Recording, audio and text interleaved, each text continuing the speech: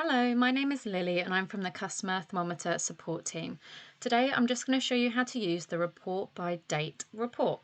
So first we'll just need to jump into our Customer Thermometer account. When you first log in, you'll be taken to your dashboard. So from our dashboard, we need to head over to reporting. From reporting at the top here, you'll see a report by date report.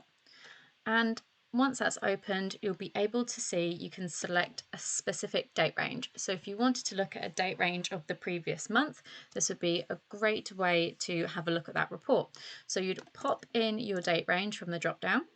You then select whether you want to look at the blast sent date or actually the responses received. And then you would select your thermometer. So for now, I'm going to select my Salesforce ticket closures thermometer, and then I'm going to generate my report. And as you can see here, our report's been generated, and underneath it's pulled in all of the information, so all of that data about the responses received within that time frame that I've set.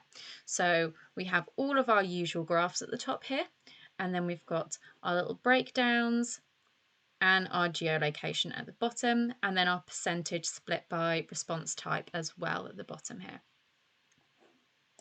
So this is how you create a response by date report. It's really, really handy and really useful when you just want to look at one specific month for a specific thermometer.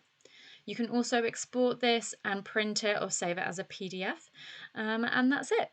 If you have any further questions, please contact ministry@customerthermometer.com. Thank you.